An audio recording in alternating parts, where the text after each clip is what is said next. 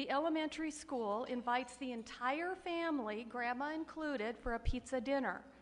After dinner, either math, reading, or science skills are emphasized. On math night, the volunteers teach simple math games to families using cards and dice games.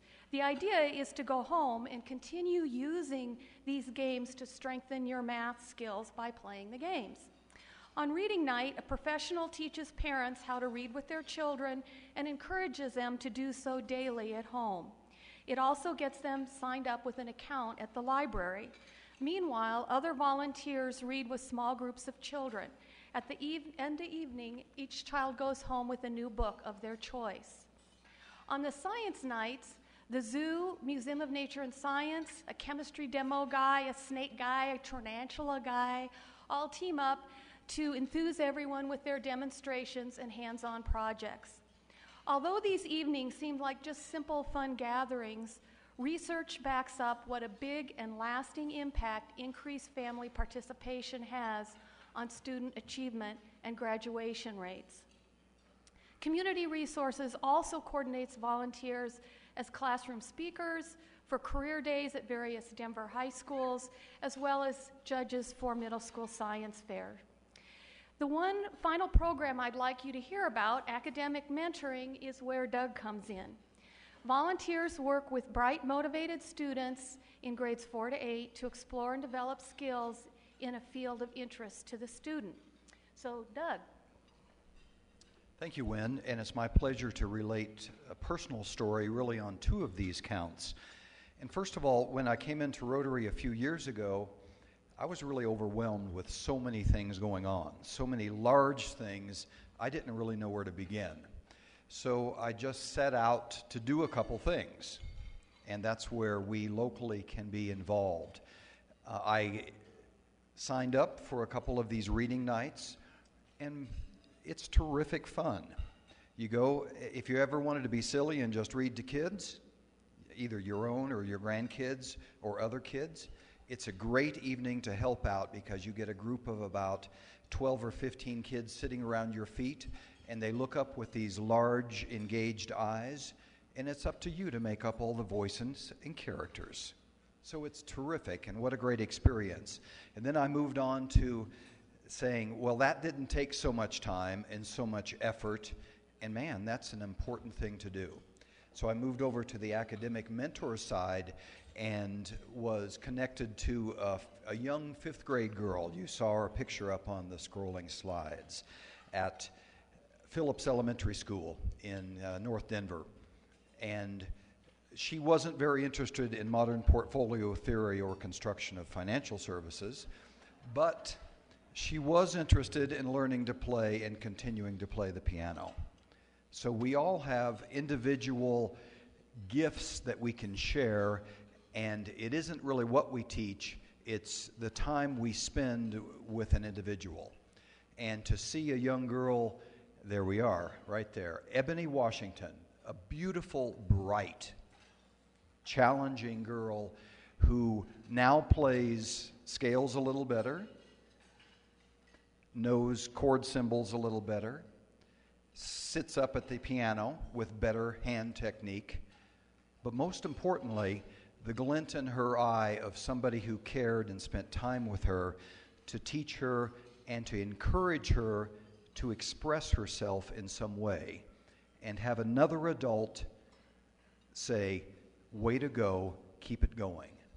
Those kinds of things are what we Rotarians can do right here, right now, right in Denver, and in Rotary. Please do it.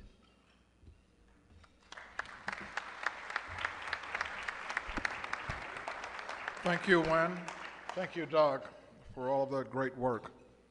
At this time, I'd like to ask Andre Van Haw, General Manager and CEO of Denver Athletic Club, to introduce today's speaker.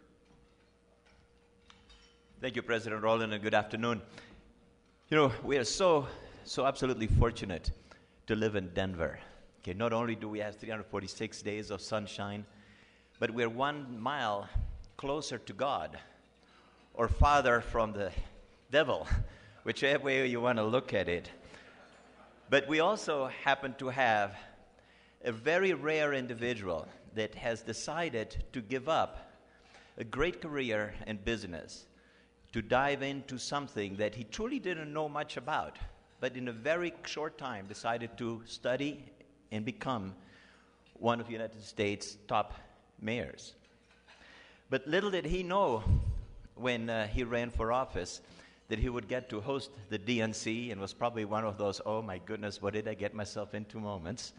But he pulled it off beautifully, and we're so proud of it a year later. But also, none of us had any clue about the hard economic times to come. And it reminds me of the time that when I was at the Hyatt Regency in Atlanta, and we were in the midst of union negotiations, and boy, were we far, far apart. We finally struck a deal, and we were sitting around the table, and I told them the story about the man that was hiking in the Colorado Rockies, and this big, ferocious bear came running out of the woods, so he throws out his backpack, and he goes running, and he realizes that there's a cliff in front of him with no escape but up. And he sees there's one branch up there, and he thinks that if he takes the leap of his life, he might get that branch. And at that moment, the bear jumps and scratches his back, and he's inspired and takes this mighty leap, and he jumps, but he misses the branch. However, he does catch it on the way down. So here, to tell us on how we're going to catch it on the way down, let's welcome, please, the mayor of Denver.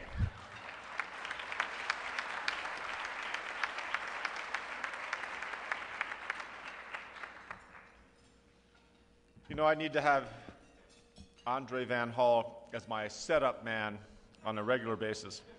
I'm a little anxious. I'm going to talk for about 15, 20 minutes, talk a little bit about the budget, and then a little bit about the economy and perhaps how things aren't quite as bad as they seem, some of the innovative things that we're doing both in the private sector and the public sector here in the city. I'm a little anxious, though, because whenever you've got another mayor here, and we have one of our great suburban mayors, Larry Hart, here. Let's give Mayor Hart from Glendale another loud applause.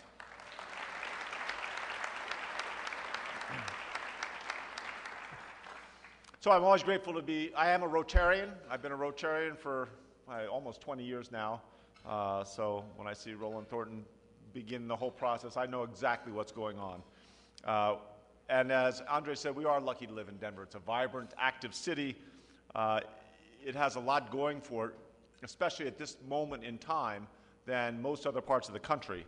And we need only look back that year.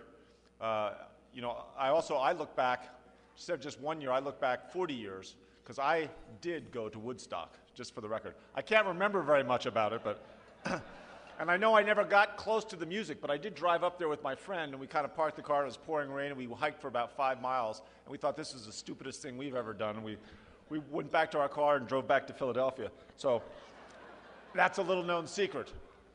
But what we saw a year ago when we put Denver on the big stage, right, with the 1,000-watt Klieg lights illuminating all that we've been working on over the last couple of decades. And we talked to the world about, that Denver's a place where people really do collaborate. And unlike any other major metropolitan area in the country, we have a scientific and cultural facilities district where on a regional basis we collect 0.1% sales tax, and that money goes towards our cultural institutions throughout the whole metropolitan area. Right? You can imagine the amount of bickering and fighting over that, and yet we've created a process where, for the most part, 99% of the time, everything goes remarkably smoothly. That does not happen in Chicago or New York or Seattle or San Francisco or Phoenix. We are unique in that. When we decided that sitting in traffic for a half an hour would be worth paying, I think on the average back then it was 26 cents per person per day in additional sales tax, and we went to the ballot with fast tracks in 2004, we were the only city, again, a metropolitan area, where all 32 mayors, now we have, I think, 41 mayors? 42 mayors in the metro area. At that time, we had 32 mayors, and every mayor, Republicans and Democrats, small towns, large cities, unanimously supported that transit initiative. Again, the time was spent. It didn't happen by magic. The time was spent in making sure that people understood and that there was no smoke and mirrors, no one tried to rush it through.